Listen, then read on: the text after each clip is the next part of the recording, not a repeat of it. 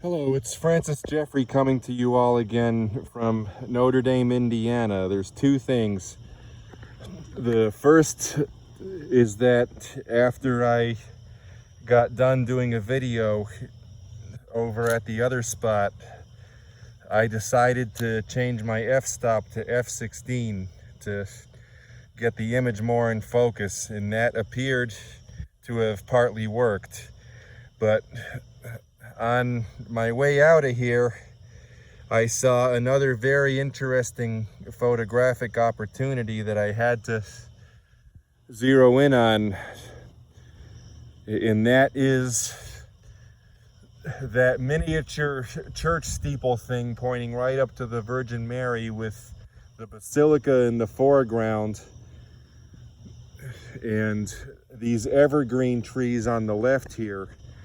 Unfortunately, there's a car in the way shining its bright red lights, and for this photo I think I'm gonna have to take a test shot because I can't see where the top of the steeple is or where the top of the evergreen tree is.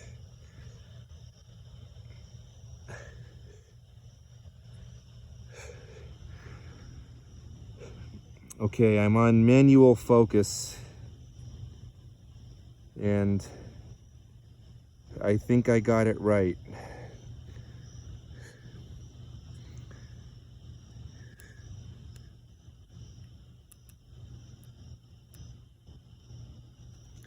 I'm gonna try turning it down to f11. I'm hoping that car doesn't start moving and cause light trails, which would be horrible in the image.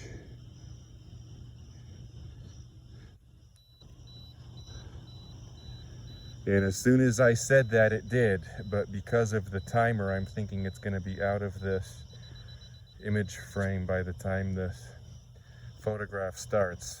Well, I was about 95% right about that. I think the photo caught the tail end of those light trails.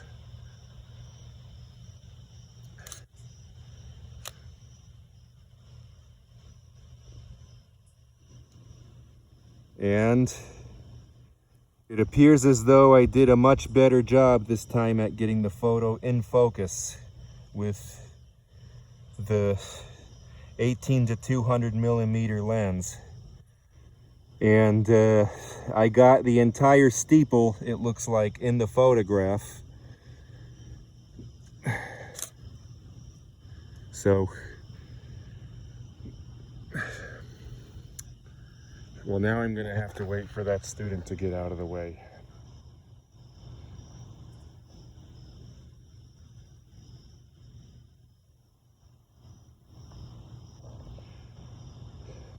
All right, he's out of the camera frame now. So I'm gonna check and make sure I got the entire steeple. Yes, I did.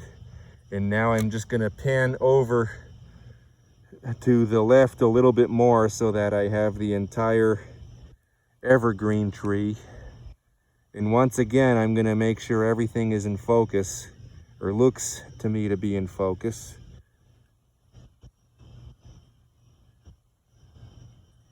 Which it does now. Now there's another student in the way, so I'm gonna wait again. Now I'm doing that to make sure that they're not gonna be a distracting element in the photograph, because I'm in a publicly accessible space where there's no reasonable expectation of privacy. But sometimes when people get in photos, it changes the entire story of the photo and winds up ruining it. So if the story of the photo is not meant to be based on people, it's best to make sure that people don't get into the photo to the best of your ability.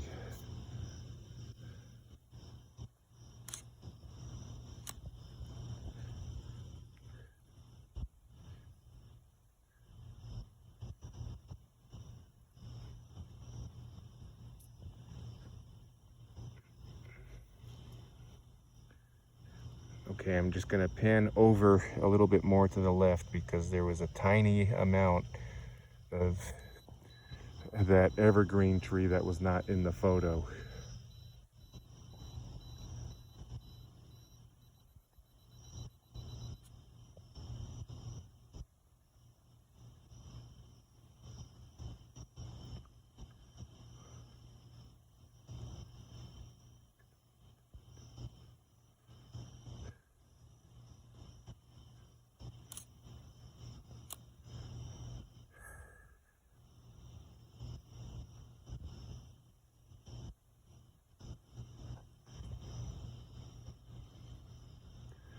All right. Now I'm trying to push the play button. There we go.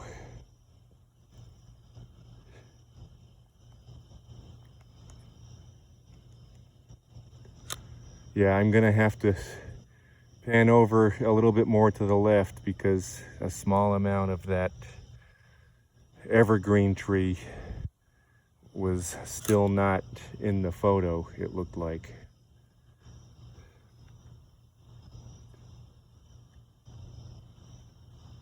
I'm just gonna double check and see for sure that that is true, and it does seem to me to be true at this point. So I'm gonna take another one.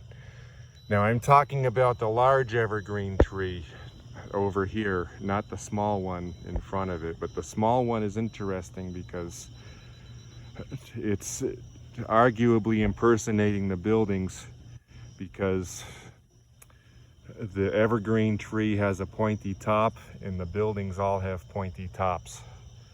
And that's part of what's interesting about this scenery. So it's a juxtaposition between the nature and the cityscape, or townscape, or campuscape, or whatever you want to call it. All right. That time, I think I actually got too much of the evergreen tree in the photograph, so I'm gonna pan back to the right just a wee bit now.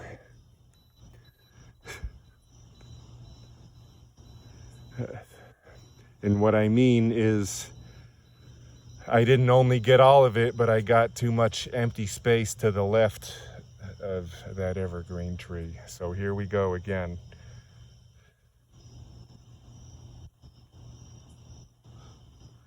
Now I should state that I believe that the building that has backlit windows is a dormitory.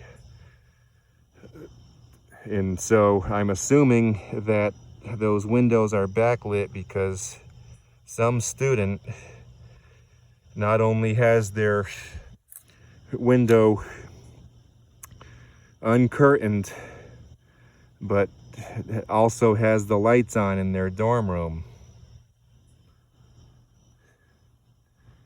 But of course, you don't have a reasonable expectation of privacy with building exteriors of any kind. And so if they did something that arguably makes the interior visible from the outside, then they waived their right to privacy, because they're allowing anyone that wants to see into that window. However, there are torts on it because you still can't spy on people and you still can't stalk them, etc. So if I were continually taking photos that included the same windows, then that could potentially be a spying problem. But if you're just doing it once in a while and you're only doing it from an area where you can legally be, then there's no violation of that person's privacy rights. Unless you're doing it in a way that harasses them or stalks them or whatever. So I'm done with my video and I've said what I have to say and I'm moving on. Bye-bye.